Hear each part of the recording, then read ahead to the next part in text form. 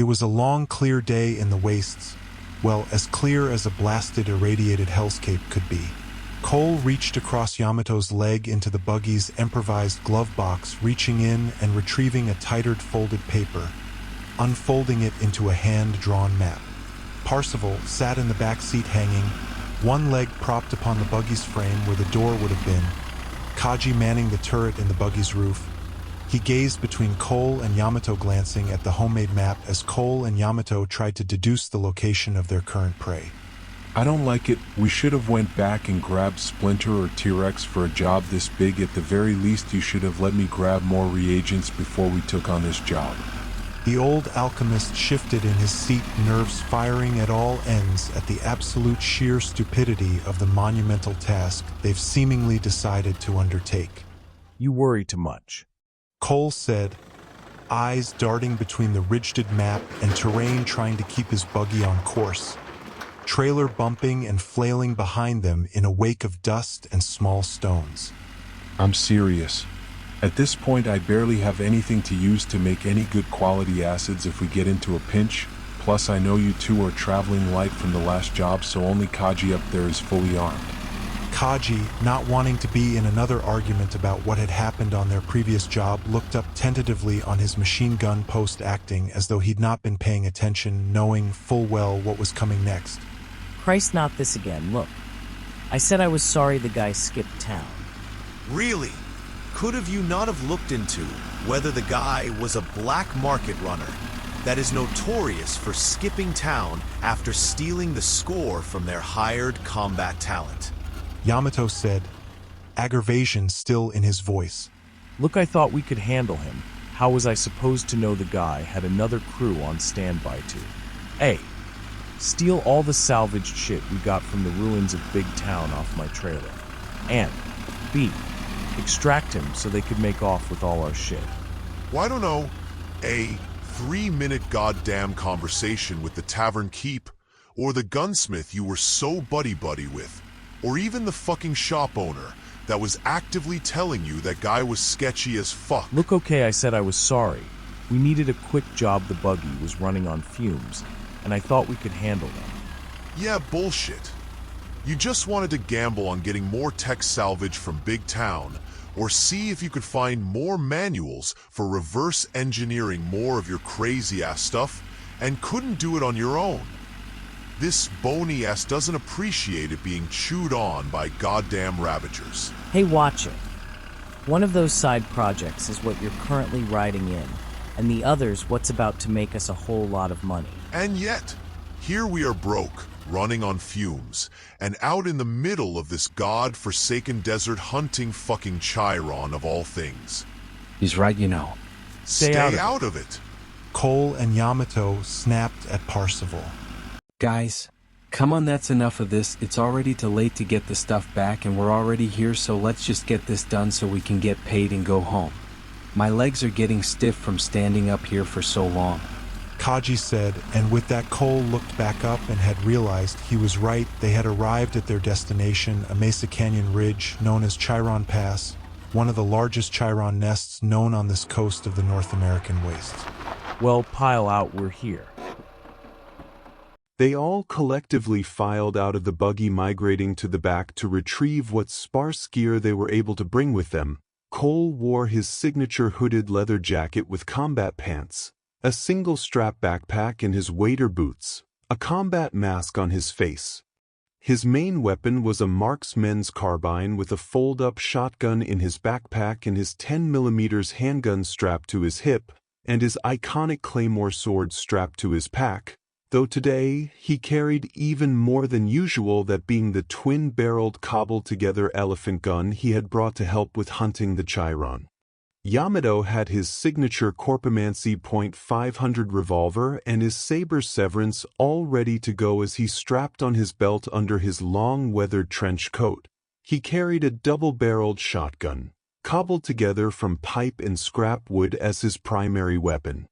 Kaji was next, getting his scythe Flame Reap from the trunk and settling it in its sling around him. He had a backpack flamethrower and a 9mm pistol as his armament of choice. Parzival was next retrieving Crow's Bane, his legendary sword, along with his marksman rifle and a air gun needle thrower that he used to inject the others with life-saving drugs or chemicals when the situation called for it. With all their gear unloaded, the quartet headed off into the Mesa Pass in search of their prey. The quartet walked along the open mesa road. They didn't dare to bring the buggy this far. The vibrations, sounds, and dust it would kick up would stir up pretty much the entire valley when all they were after was a single Chaeron, and they were not in the mood to get torn apart by a swarm of angry carnivores. Parzival gazed up at the ridge top, glaring, eyes focused on movement. As the bright sun beat down on their heads, the heat was oppressive. I don't like this at all. I feel those damn devils watching us as I speak. Did you think they wouldn't? They're out there, studying us. They just haven't figured out what to make of us, or what to do with us yet. And what do you think they'll go and do when they get an idea of what we're here to do? Nothing so crude. At most they're probably going to act how lions do. See us as fellow predators trespassing on their territory. Like hyena trying to steal their kill. What the hell is a hyena? They were old-world scavengers. From the pre-fall days, they were from a continent far off on the other side of the Eastern Ocean. While we're on the subject, what the hell is a lion? I've heard ravagers compared to them, but the only time I've seen anyone actually give an account of them is in old biology journals. It's one of those you had to be there things really. Its true ravagers share a lot in common with them. Just no spiked tails, and only one tail, not three, and no forearm wings. And they had a lot more hair, and weren't so emaciated, with big manes around their necks and heads. Though even if we could get over there now, I doubt any of them would still be around. Hold on, that is a good question. Lions died off post-collapse. So how in the goddamn do you know about them? I know about them because I was there before I took a dirt nap. But you got way too many of your bits still glued to you to have come that far. I thought we agreed. Don't ask, don't tell. My business is my business. Nah, man. You and me been running together for a while now. And I've started to notice some things. And that is, you know shit you shouldn't. At least you know shit that no one living should know, or you should be someone in a home for how old you'd have to be. Yes, so maybe I'm older than I look. Nah, that ain't it. My bony ass, that's the reason. To have been around before the fall of the old world, you would have to be hundreds of years old, and seeing as you don't have any muty in you, no augs, and, according to Kaji, you didn't crawl out of no freezer. So what the hell is your deal? 8 months ain't that long in the grand scheme of things. Plus that's rich. The kettle calling the pot black, ain't it? The essentially walking corpse held together by naught but a fucking radioactive rose, and can somehow use soul flames without getting burned, and some hellhound running around, asking how someone could still be alive for this long? Like I said, my business is mine and mine alone. Don't talk about my fucking dog. And I don't know how I can use this shit. I just woke up in that fucking crater in Big Town. And now I can just fucking do it. It just happens when I get pissed. Yamato said. The sparks from his soul flame rage flickered around him as his temper flared. He took a deep breath and tried to calm down. The group went silent, as they kept on walking a ways on. Cole and Yamato not wanting to continue speaking. Cole broke the silence. Look, okay, I'm sorry, that was a low blow, and I'm sorry about Macy. Wish I could have met her when she was around. Yamato was silent for a moment, then spoke. Thanks. And yes, she was a good dog. She got me through a lot. Her and another someone from back then. Speaking of her, any word on that? Parzival told me you and him might have heard something while you were in Wellspring just before the last job. Yamato took in a deep breath, then let it out. There's nothing to tell. Just ghost stories from old drunks and junkies from around Hubtown. Old shambling corpses getting up and wandering off to God knows where. Then I'm one to talk, But if I got a second chance, maybe she found a way to get out of Judgment Day too. She was smart enough. Always smarter than me. But as of right now, I've got about as much as I did when I fell into that hole you and Kaji found me in. It's okay, man, you'll find something out about what happened to her. You just gotta take it one day at a time and you'll find her eventually. It's true, these things just take time. We'll find her. Just give us a little time. What's that supposed to mean? It means what it means, and it means your bony-ass rides with us now. No more lonely nights or solo gigs. No more lone rider stuff, especially once I get all of our own bikes up and running. Yamato grew quiet at that. He hated them seemingly inviting themselves into his life, but he also couldn't express how grateful he was at his new friends. He'd only had enough friends to count them on one hand back in the old world, but now he seemingly couldn't get rid of them if he'd beat them with a club. Then again, he smiled to himself. It took a special kind of crazy to survive the end of the world now, didn't it? Some crazier than others. Fine, but you guys better keep up and not slow me down. How you wish. The strike hit the earth like a blow sent from the heavens. The beast was stood 5 heads above all of them, its rock like plates and scales glistening in the sunlight. The force of the impact knocking all of the quartet to the ground. Cole woke, the impact causing him to black out for not but 3 seconds, but even for that small window of time he was surprised that the Chaeron hadn't finished him. It having the jump on them and having the clear advantage, he shook his head. He couldn't think about that as he scrambled for the big-bore rifle he had dropped. Cole rose, perching the rifle up against the edge of a rock, firing off both barrels into one of the Chaeron's shoulders. It let out a pained roar. Yamato stirred, leaning against a rock. His head was swimming as the pressure from the Chaeron's impact dazed him. He saw Kaji scrambling across the road trying to recover his flamethrower. Parsifal laid on the ground barely moving as he tried to crawl clear of the Chaeron's path. He heard Cole's rifle ring out. Was he fighting? They should have been paying more attention. Then he saw it, not but 5 feet in front of him, a full adult Chaeron pressing its middle shoulder into the rock in front of him in pain. It looked up at him. It was keen on ending him. Yamato reacted. Burn it! Severance! Yamato said, drawing his saber severance and his revolver corpomancy. He struck the Chaeron and the blue-black flames of his soul scorching the tender meat of the mutant's neck area. The Chaeron reared in pain. It bore back down on Yamato as it tried to bare its teeth. Yamato slipped his thumb out of Severance's guard and fired off 3 fan-drawn shots into the Chaeron's mouth. 2 missing and only grazing the side of the Chaeron's head, the last finding its mark and catching one of the beast's eyes. Parsifal, sprawled up onto his elbows, frantically crawling toward the ridge bottom. Hiding behind a rock, he feels his head pound. He reached up and checked his head. A large gash had barely missed his temple. He slid his back up against a large rock. He dug through his bag and injected his side with a panacea. He felt the wound close, as flesh and bone reknit themselves back together. He scrambled in his bag for his reagents, trying to mix a basic acid to break the Chaeron's armor. He hears Yamato's corpomancy ring out as he laid down fire into the monster's hide. He heard Cole's rifle follow, the large caliber breech gun ringing in concert with Yamato's revolver. Parsifal stood now. He glanced over and saw Kaji knelt over next to his flamethrower, having just recovered it. He turned back to the Chaeron. It had Yamato pinned in the rocky crag that he'd stumbled into. He had his acid in his hand. He threw it. It broke across the beast's back. Kaji, light it. Kaji, without saying a word, sparked his flamethrower and lit the Chaeron up. The flamethrower's fire igniting Parsifal's acid, triggering a micro-explosion. The Chaeron screamed, now being lit aflame by Parsifal and Kaji's combined attack. It lashed out at Parsifal, knocking him off his feet with its tail. Lord, hear my cry and place your spear into my hand. Cole called out with a desperate prayer, and the Lord answered him. Lightning filled his palm. He channeled it into picking up a boulder, levitating it, and smashing it into the Chaeron's back where Parsifal and Kaji had weakened it. Get away from him! Yamato said, aiming his pistol toward the huge beast.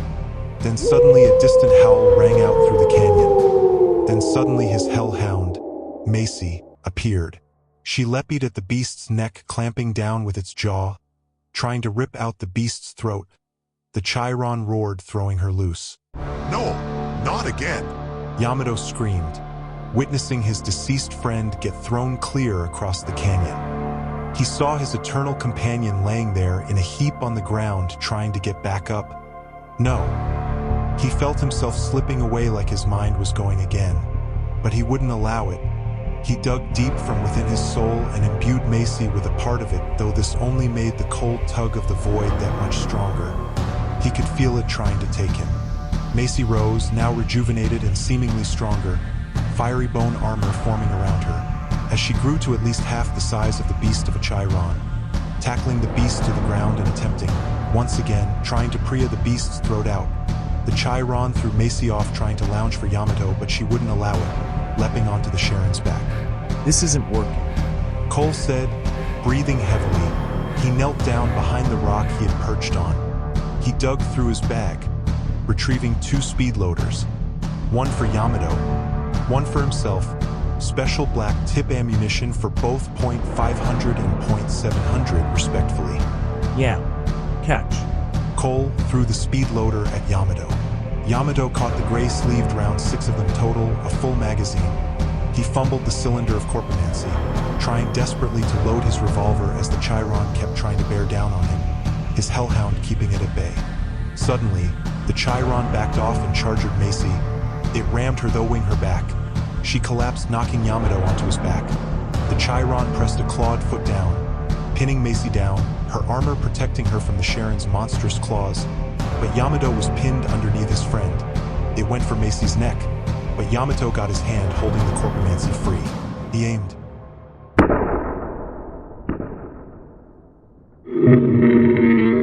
Yamato fired his corpumancy.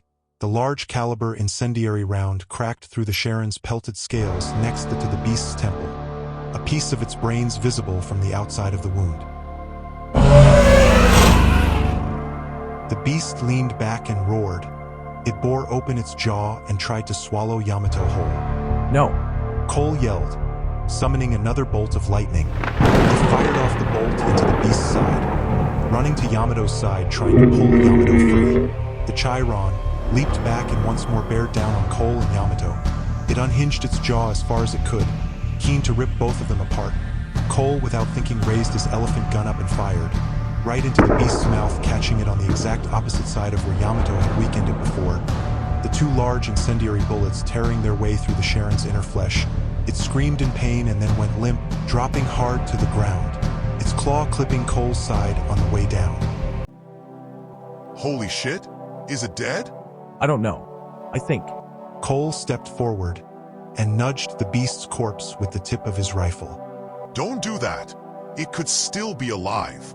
Give me a minute. Cole leant down, hands still clutching his gun in case the beast sprang back to life. He placed his ear near the edge of the beast's mouth. It wasn't breathing. He decided to risk it. Took one hand off his rifle and placed it just behind where you'd think an ear would be. Feeling for a heartbeat, it couldn't hide that. There was nothing. Well, that's that. What? Is it dead? Yeah, that's that. It's got no heartbeat, and it ain't breathing. Good. Glad that's over. Now come on, let's get out of here. I told you this was a goddamn bad idea. Hey, you guys okay? Kaji said, calling down to the 2 of them from up the desert canyon, Parsifal standing right next to him. Yeah, we're good. How are you guys? We're fine. Got a little banged up at the start, but I had enough pain to say it to get me and Kaji back on our feet. Let's get out of this damn canyon. I hear them. More of those damn things are coming. Amen to that. I've had a fucking enough of this place. Should have never took this goddamn job. I can understand it, but we gotta get the corpse out of here first, or else this was all for nothing. To hell with the thing's goddamn corpse. You heard Kaji, more of those things are inbound. If we don't get gone, we'll be kicking up dust instead. They want to munch on one of their own's fucking deceased testicles, they can be my guest. Look, we need it to get paid. No corpse equals no meat, and no meat means no money. Fine, come on, we can move it with the buggy. Come on, we can go get it. Okay, let's just... Suddenly, Cole collapsed onto the ground, completely unconscious. What in the goddamn? Yamato said, racing to Cole's side. Yamato pulled back Cole's jacket. There was a large wound right through his side. It took up the area of 2 whole ribs, and he could swear he could see pieces of Cole's lungs and intestines through the wounds. Looking back past Cole, there was a short, clear trail of blood leading right back to the bottom of Cole's leg. Goddamn it! Yamato said, igniting his flames and burning the trail of blood. before it could attract more Chaeron. Parsifal, get the fuck over here. Yamato said. Parsifal ran over as fast as he could. Parsifal noticed something miraculous. Cole's body was knitting the wound back together slowly. He could see the flesh and meat start to slowly try and recover the wound.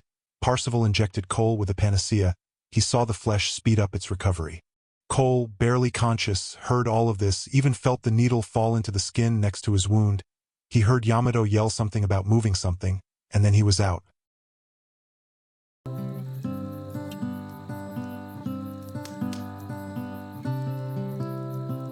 Cole stirs, waking on a roughed-up, nylon sleeping bag. He heard a guitar being played behind him.